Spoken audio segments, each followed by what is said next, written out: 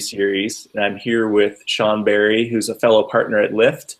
And the goal behind these interviews is just to really help people understand a little bit about what we're interested in, and also to add value to kind of help you get educated about various topics relevant to the next economy. And so today I'm going to interview Shawn, fellow partner at Lyft, and something I've been really interested in is worker-owned co-ops. Previous to joining Lyft, I did not work in a worker-owned co-op, and I've heard about them for many years.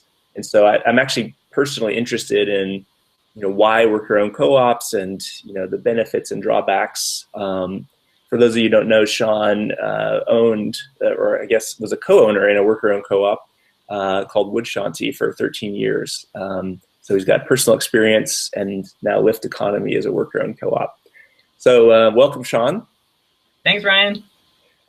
So yeah, I'm interested in your thoughts. So first of all, I mean, what is, maybe just the definition, like what is a worker-owned co-op? And we can kind of go from there. Yeah, a worker-owned co-op is where a company is actually owned by the people who work there. So the employees have a pathway to ownership. It doesn't necessarily have to be 100% employee owned. It means every employee is a member owner, but the common definition is that everybody who works for the company at least has a pathway to ownership available to them if they're interested to pursue that. Got it. And what does a pathway to ownership mean?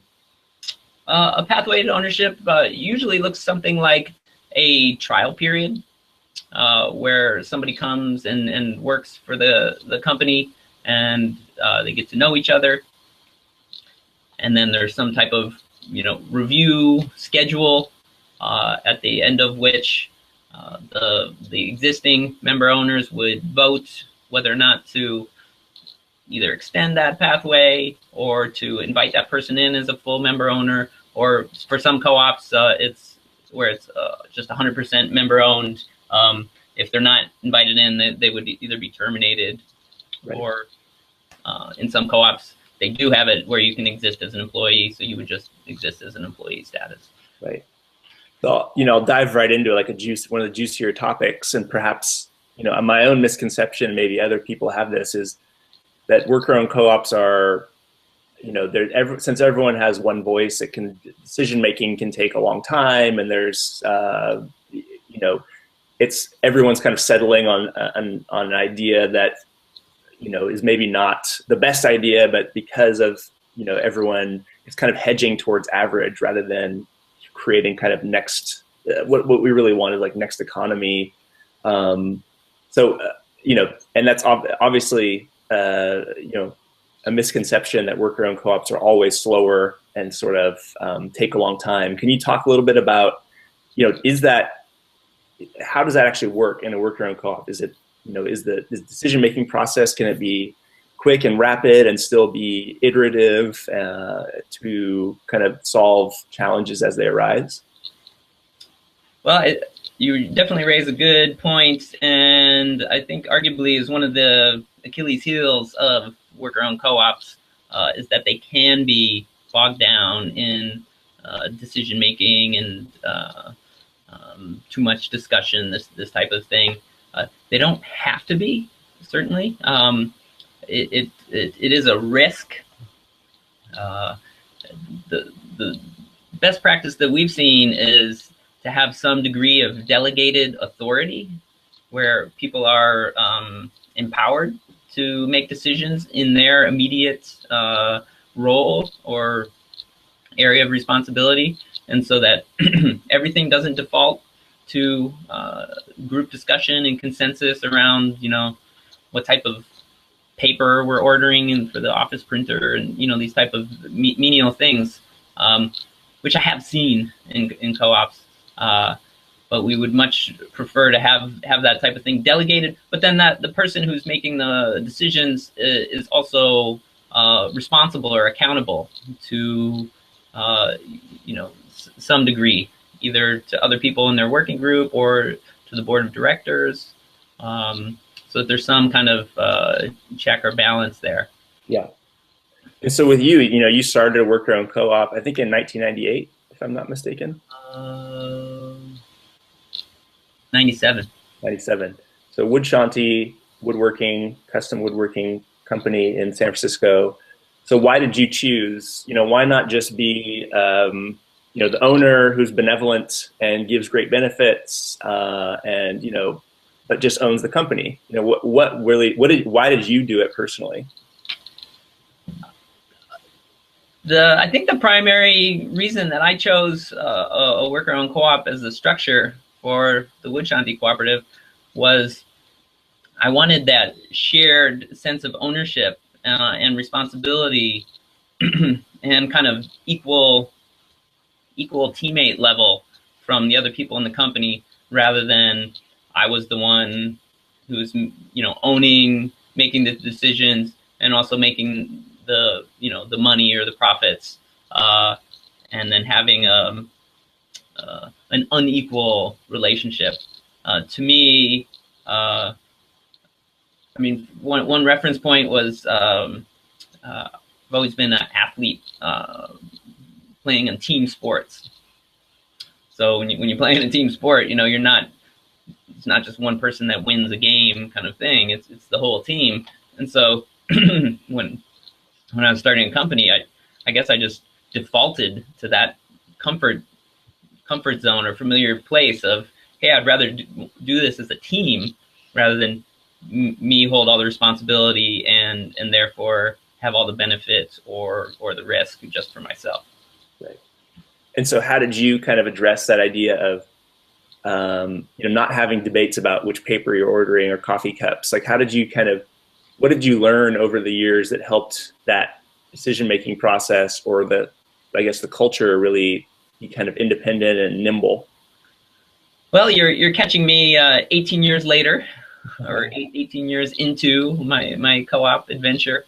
So certainly have a more mature perspective on this at this point, and certainly did spend some time doing too much of that. One of the classic quotes from one of my member owners, when we had a team of business coaches come in and kind of do an assessment on our company, was there's too much co-op in my co-op. Was the classic quote that referred to a lot of that happening. So I had to, I guess, learn by failing, and I suppose it's okay to default to that, and learn that lesson kind of honestly. But certainly, if we had some maybe good counsel, we could have moved through that a little bit faster. Right. And so, some of the benefits, obviously, like the reason you started a worker-owned co-op was, shared accountability, shared risk, shared upside to profits. What are some of the benefits that you saw? Because you did have some work experience working in not worker-owned co-ops, and so what are some of the benefits that you've seen, both from wood shanty and your experience now, that perhaps are not, that people working in companies who are not worker-owned maybe wouldn't realize, or what are some of the things that stand out to you as some of the benefits? Well, first and foremost, for me, is just the feeling of being part of a cohesive team that is aligned on vision and values, and is collectively contributed to the strategic direction and implementation. So going through that process with the team, and then kind of all working on it together, to me, that's created a work culture that was very generative and inspiring to be a part of. And besides just enjoying my job, moment to moment while I'm at work, and my coworkers, and having basically a deep respect ingrained into the organizational structure, right? So everybody is fully empowered to the same degree as everybody else. Has translated in, helped translate into that feeling of really enjoying our job. Also, just very practically, because that could be a little bit intangible. Very practically, I've seen numerous decisions where the collective intelligence of everybody assembled was far superior to any one person's, and maybe even more accurately, to my own, where I was very idealistic and I had a certain direction I wanted to go, and the board of directors would kind of balance me out and pick a more moderate approach that over time turned out to be very clearly the correct decision. And for me, that it was a learned experience, because as a young American, I was maybe more accustomed to thinking that my opinion was actually correct, rather than trusting the intelligence of the group. But it was a learned experience of time and time again seeing me pushing for something and the group kind of moderating that decision, and then seeing that actually was a much better result for the company.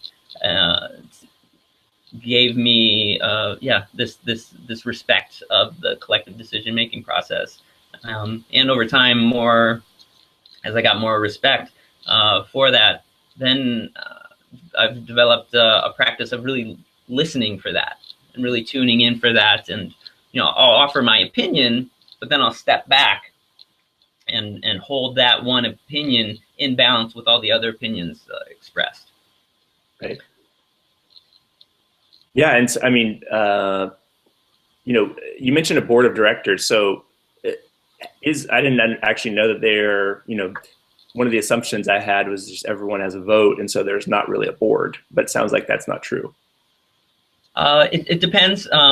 For small co-ops, for example, like under 10, it's common that everybody sits on the board. But certainly over that, and I would even make an argument for even over 5 or 7, it's advisable to have the board of directors be a subset of the total member ownership. And that's just for efficiency sake. Excuse me. If you have 12 people, or I've even sat in co-op board meetings where there'd be 20 some people sitting in on a meeting, and that's where you really get this discussion paralysis going on, of just too many people involved. And then of course there's bigger co-ops, 100, 200, and even up to, I think the biggest co-op in this country is 1,200 or something like that, plus people. How are you gonna conduct a meeting with all those people in the room? So it is common over a certain size that the board of directors is a subset of the total membership. Sure.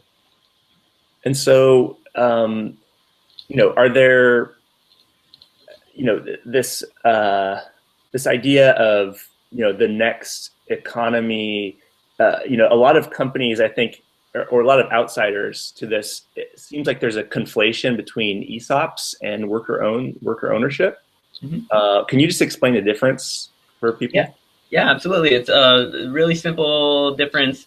So employee stock ownership program, ESOP, the employees get stock in their company, so they have a share of ownership. Usually it's very small, and then there's no decision-making authority paired with that. And so the difference between a worker-owned cooperative is one worker, one vote, and one equal vote. So if you have 6 people, there's 6 votes, and they all hold equal weight. Got it. So it's very, very distinct, actually. I think ESOP is a good thing in general. It's kind of a trend towards, cooperative nature, and that employees, become a little more vested in their company. They get a share of the upside, but it's not an equal share in most cases, and it lacks decision-making authority, which leaves people in a lot of cases in the same top-down hierarchy that is so demotivating to most people in the workforce. Right. So it's ESOPs are essentially you're kind of an employee owner, but you're not necessarily your decision making power isn't the same in a 100% worker owned co-op in the sense of one person, one vote. Is that right? Yeah, yeah, and in most cases for ESOPs, the amount of ownership you have is really small. So I think there's no decision making authority with that. Right. Okay. Well, I think, yeah, and then maybe, in our next interview, we could talk a little bit about self-management and how, these organizations are starting to become, kind of influenced by Frederick Laloux's book, Reinventing Organizations, how some worker-owned co-ops and even non-worker-owned co-ops are starting to look at different management structures.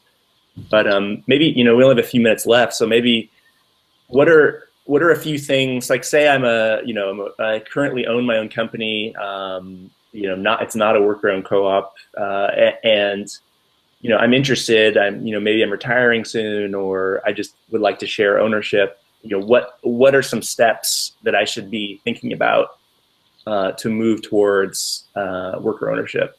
What are some quick tips you can offer me?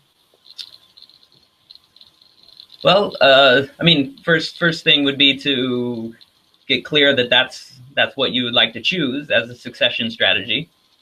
I certainly think it's one of the best options out there, but it has to be the right fit in terms of your personal vision and values. And then if it is,